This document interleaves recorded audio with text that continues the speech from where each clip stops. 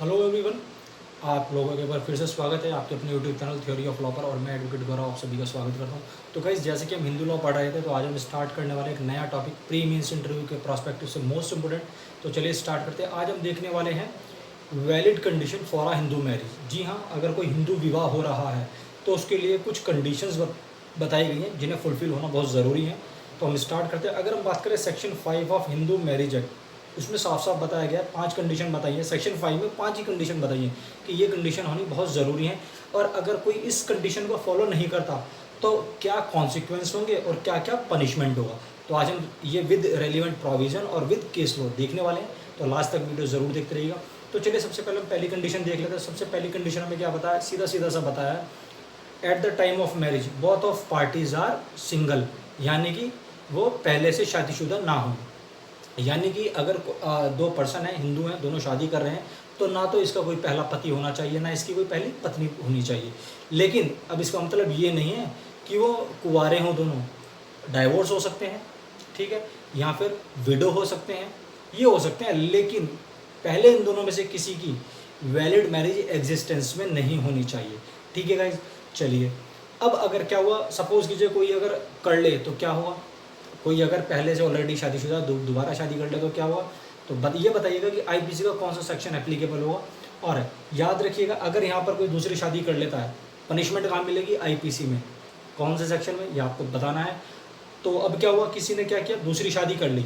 जैसी ही दूसरी शादी की तो दूसरी पार्टी जो एग्रीव्ड है उसे क्या राइट होगा, वो क्या करा सकती है, section 11 Hindu marriage act applicable हो जाएगा। सेक्शन 11 हमें क्या बता रहा है, ऐसी शादी क्या होगी, वॉइड होगी। सेक्शन 5 क्लॉज 1 बता रहा है दोनों पार्टीज़ को क्या होना चाहिए, पहले ही शादीशुदा नहीं होना चाहिए। अगर कोई इसके वायोलेशन में शादी करता है तो सेक्शन 11 हिंदू मैरिज आ जाता है, उसमें लिखा वॉइड करा सकते हैं, वॉइड एंड नल डिक्लेयर करा सकते हैं। और साथ ही में हिंदू मैरिज एक्ट का सेक्शन 17 एग्जिस्टेंस में आ जाता है, जो बताता है कि अगर कोई सेकंड मैरिज करता है तो ठीक है, सेक्शन 11 में नल एंड वॉइड तो होगी, लेकिन सेक्शन 17 क्या बता रहा है, उस बंदे को पनिशमेंट मिलेगी। फिर और कौन सी पनिशमेंट मिलेगी, आईपीसी के अकॉर्डिंग, और आईपीसी का वो सेक्शन आपको कमेंट में लिख के बताना है। तो चलिए, ये हमने देखा बेसिक सेक्शन 5 क्लॉज 1। अब हम इसका देख लेते हैं केस लॉ। यहाँ से केस याद रखिएगा, लैंडमार्क केस है Yamunabai Anantrao, Yamunabai Anantrao versus Anantram Shivram Adhav, Yamunabai Anantrao versus Anantram Shivram Adhav, AIR 1988 supreme court. इस केस में यही चीज़ बोली, अगर कोई शादी की गई है in the violation of section 5 clause 1 of Hindu marriage act, तो जो वाइफ होगी वो क्या कर सकती है, 125 में अपना मेंटेनेंस क्लेम नहीं कर सकती।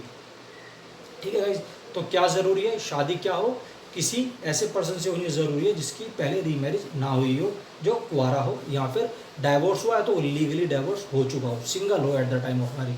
ठीक है गाइज, चलिए ये तो ही फर्स्ट क्लॉज की बात। अब यहाँ से बेसिक प्रॉब्लम आई हुई है कि अगर कोई पर्सन है, ठीक है, पर्सन है, उसने क्या किया, हिंदू में आप देखेंगे तो आप दूसरी शादी नहीं कर सकते।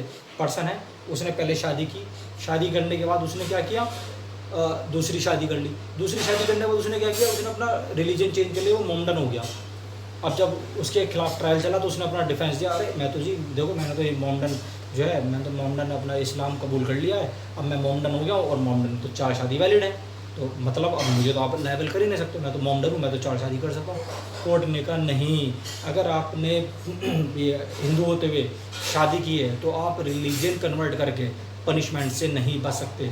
कौन सा केस था, Leela Thomas versus Union of India, AIR 2000 supreme court. Landmark case है, याद रखिएगा, प्रॉब्लम पूछी हुई है, नोट डाउन जरूर कीजिएगा।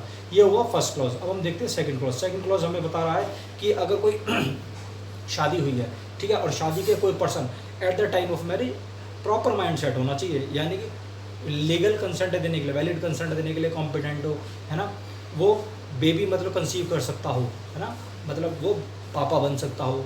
और दूसरी चीज़, लास्ट वन क्या चाहता है, उसे दौरे ना पड़ते हों बार बार।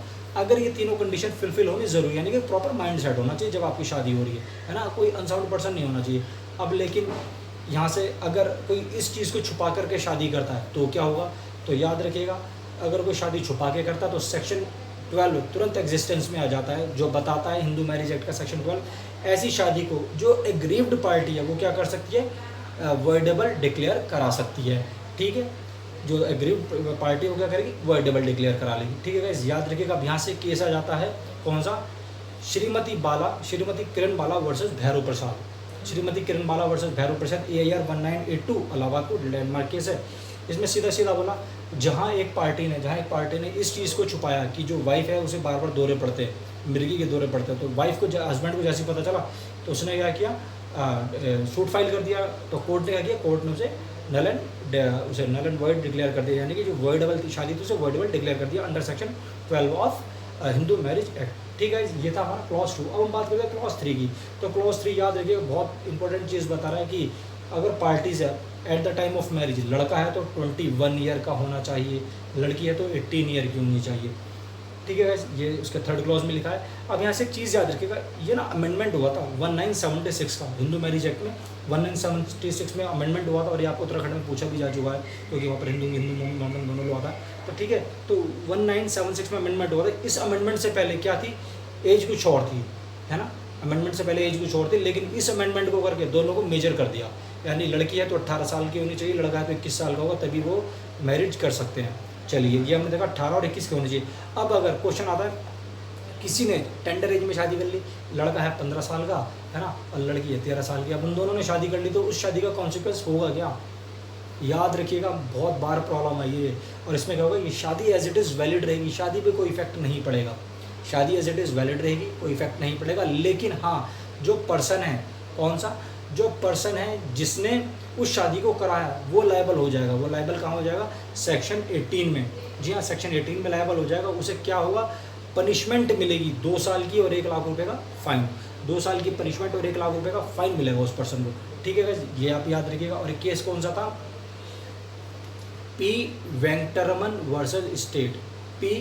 वेंकटरमन वर्सेस स्टेट केस था, जिस केस में ये बोला गया था कि शादी वैलिड रहेगी, लेकिन जिस पर्सन ने शादी को कराया है वो क्या होगा, वो लायबल हो जाएगा एज पर सेक्शन 18।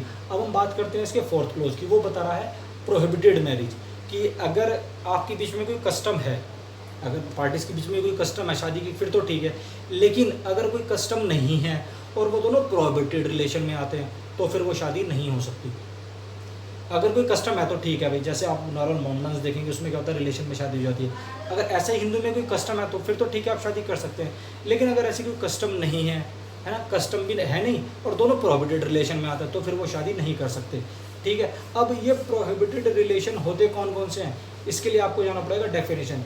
डेफिनेशन की बात करें तो Hindu marriage act section 3 clause G में बताया है क्या, जो प्रोहिबिटेड रिलेशन कौन कौन से होते हैं, जैसे कि एक ही पीढ़ी के लोग, है ना, ये एक ही पीढ़ी के या उनके आगे जो वंश होते हैं, उनके पति या पत्नी, है ना, ये सब क्या होते हैं, चाचा चाची, भाई बहन के बेटे, भाई भाई के बेटे, ये सब क्या होते हैं, प्रोहिबिटेड रिलेशन होते हैं।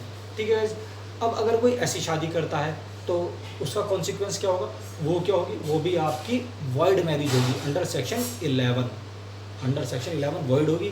और जिसका लास्ट जो हमारा क्लॉज है वो क्या बता रहा है, वो बता रहा है कि अगर सपिंडा रिलेशन में आप, अगर दोनों जो पार्टीज है सपिंडा रिलेशन में है, तो हम तो भी शादी नहीं होगी। ठीक है, सपिंडा क्या होता है, तो इसके लिए हमें डेफिनेशन पे जाना पड़ेगा। सेक्शन 3 क्लॉज F जो बता रहा है सपिंडा रिलेशन होता क्या है, अगर सपोज कीजिए बेटा है, बेटे को शादी करनी है, तो बेटे की तरफ से जो उसकी माँ होगी, बेटे की माँ, उसकी साइड से 3 पीढ़ियों तक देखा जाएगा कि कहीं वो लड़की इनके रिलेशन में तो नहीं है। और अगर उसी लड़के को शादी करनी है, उसके पापा की साइड से देखा जाएगा 5 पीढ़ी तक कि कहीं इसके पापा के रिलेशन में तो नहीं आती। तो ये क्या होती है, ये होती है सपिंडा रिलेशनशिप। ठीक है, अब अगर कोई जो सेक्शन 5 है, सेक्शन 5 की क्लॉज 4 और 5 है, इसके वायलेशन में जाके शादी करता है, तो सेक्शन 11 में क्या होगी, वो शादी वॉइड हो जाएगी। ठीक है, तो ये क्या था, ये हमने बेसिक देखा, condition of valid Hindu marriage.